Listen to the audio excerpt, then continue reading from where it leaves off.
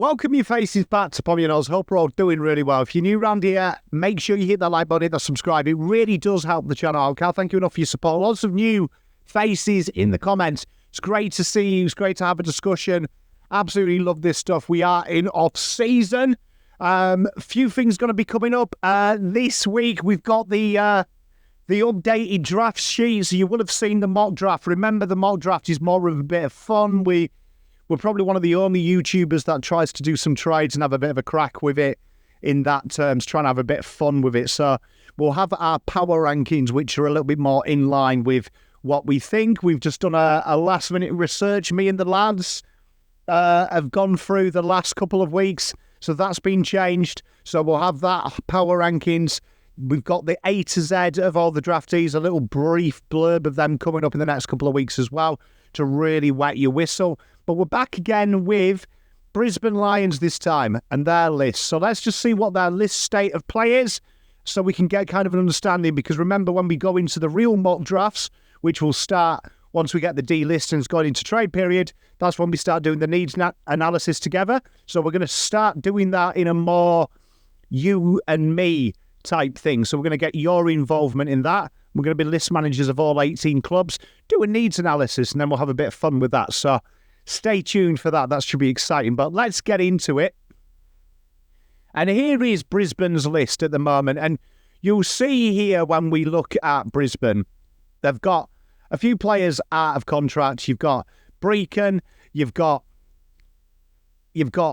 Jared Loyne, who's already retired. You've got Jackson Pryor, Carter Michael, James Madden, Kaylin Lane, Dara Joyce, and players like that. So obviously what we're looking at here is we're really trying to find a bit of balance. And you can see their list currently is full with that delisting. Obviously they took an extra player for the injury to Kitty Coleman, and they brought in old Beacon in the mid-season. So obviously they were one over. They're now going to have to make some list changes. So let's just have a look at these players. So you'd imagine that Craven is probably going to be delisted. You'd imagine that Madden would be probably on that delisted, and probably Carter Michael, right? So then you look at this, you'd imagine Lane maybe gets delisted. You'd imagine Joyce is going to stay there for key position depth. Beacon, they haven't seen him, so they're probably going to give him another year. Jackson Pryor could be a really interesting one because I think he's borderline best 22. You don't want to make too many list changes.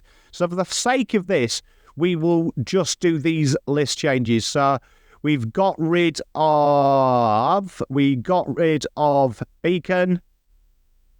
We got rid of Craven, didn't we? Oh, no, we kept Beacon. Ignore me. Dan's a bad man.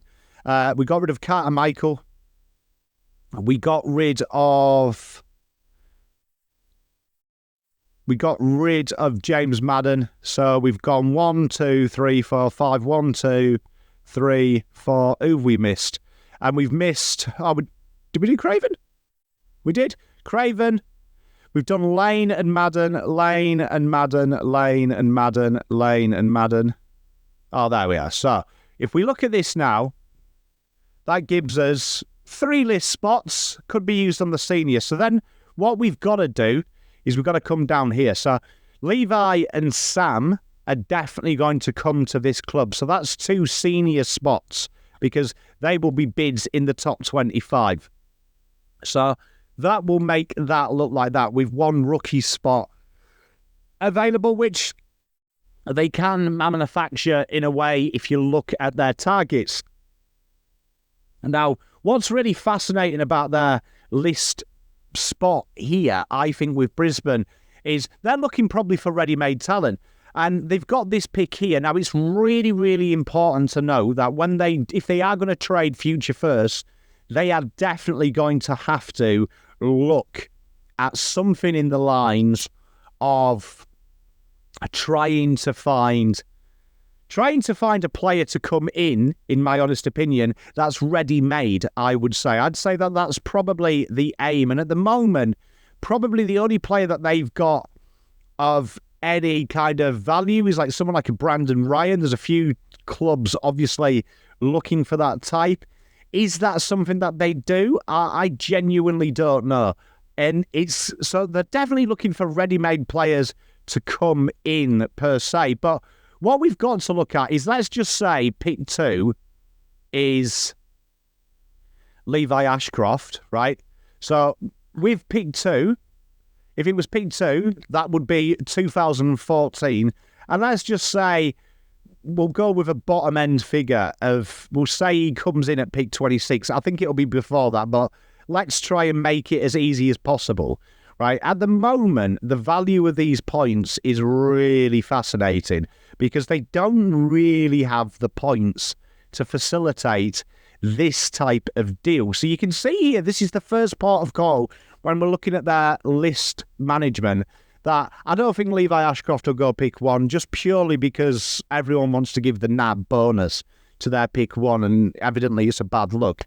But this should be a really interesting little point of call because you can see here that they've got 1394 and they need 2,546. So there may be a way here that they trade a future into this draft to try and break that 15 up. So let's just have a look at what that might look. So what we're saying there is they may look at bundling up a future pick to try and get the points so they're not in deficit. Because remember, if they trade a future, even though they've got big Danny Annabelle next year, it was a really, really good acquisition, there is also their ability to trade 2 future firsts. And what you look at when you look at Brisbane's list is they have a plethora of players out of contract 2025. And I always like to call this is a rung type situation. So what I mean by that is, think of a rung on a ladder. I think list managers try and get themselves into certain rungs by a certain time, so then they can look at what it is.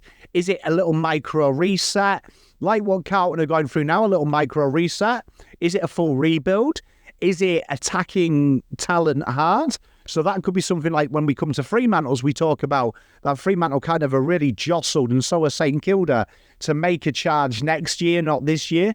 So it's really an interesting little facet. But let's look at a team that's got like a plethora of picks, and probably not the list spot. So if you look at Richmond at the moment, they have got a lot of deals, to be fair, to be done. And you could see something like this. Remember, these are just hypothetical, so I'm not saying this is going to happen per se. What I'm saying is it might happen. It might happen or be something that they look at doing. But if you look at the wonderful Richmond Tigers, right, they've got 21, 29, 39, 41, right, 41, 47, 57, 66 and 73, right? So let's play around with that, right? So if we look at these in the terms of pick value, which is what you've got to do, right? What you've got to do. They ain't trading pick 1, so we can knock that out. But if you look at the value of these picks, there is some value to be had. And this might be something that they look at, particularly because you want to get Levi Ashcroft in, and you're not going to attack this draft because you're effectively getting 2 top 20 players for almost next to nothing, which is always worth, just plotting into your kind of draft strategy and your trade strategy. You've got to make sure that you kind of understand that life isn't that bad because you've got these players, and 0 value for that. So 15 already, and this is their value to match, remember, right? You could see a case here of maybe Brisbane look at maybe a future second, because they're going to get some decent picks for Bolton and co. You could see that they maybe go this route, right? And let's just say you add that to them with a future second, right? Which is probably it's probably around the money. But you can see here that if they got rid of that, suddenly they have the points to match these players, and they're going in with like a 5-point deficit. So there's definitely options there available for them to look at trading that pick out, because I don't think Richmond are wanting to go into the draft with a plethora of types of players. So let's look at what they might do. Well, if they are looking at Roses Jr., they are looking at Jack Martin. Definitely, you could probably get Roses through into the rookie draft. That couldn't be too. That shouldn't be too difficult. It should be quite an easy little sell there. They can go that. They may even leave it. But if you look here at how that system is formulated at the moment, if you add these two, that's 38, that's 4, that's 1. They've got one rookie spot available. Then I would be definitely keeping an eye on players here that may be going out. So Devon Robertson is one that's constantly talked about leaving the club. And he's a very, very solid footballer who's played a lot of the time in his forward. He's played a bit of midfield time. This could be a really intriguing prospect for a team that needs midfielders. Now, 23, if we bring this guy here, right, to West Coast Eagles, let's say, that is a very interesting one, because West Coast so far have been linked with a plethora of mids. And this could be, I think 23 is far too much, right? 23 is far too much for him. But this could be something that, again, with West Coast, depending on what they do, this could be maybe one of them little back-ended deals. The problem is West Coast haven't got a lot. Fremantle would definitely be a club. So this is going to be a really interesting one, because it's probably more likely 59, which is like a pick value of, let's be honest, it's a pick value to match of 158. So it doesn't really help you out if you add 158 to this total. Yeah, you're still 500 short, but they're the things that they could do if they wanted to bring in a Jack Martin per se. It's going to cost them nothing through PSD. There's plenty of options, but you can see here that and when you look at Brisbane, they've really got a list here for mine that is looking like it's to win a flag now, which makes sense because they're playing pretty well. So you can see here what we've done here is we've re-rookied Beacon, which we can do. Dara Joyce is re-rookied. Jackson Pryor is re-rookied. We've delisted Kane Lane, Madden, Michael, Darcy Craven, and Jared Loynes has already retired, which is going to be a really interesting one. So obviously with Brisbane, look out for them, looking at DFAs and ready-made talent. I could see Devon Robertson being definitely a target, particularly for a side that's looking for some more midfield depth. And it would make sense that Fremantle and Eagles are in for him.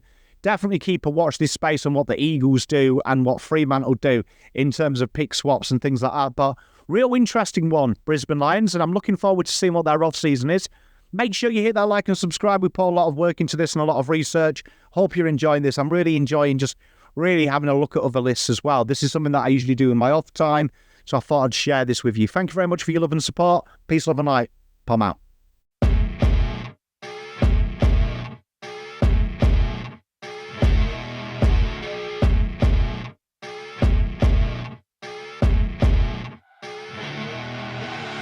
I see her rolling up, Uber black Cadillac, high heel boots and a sexy body full of tats. Baby's bad, oh baby's hella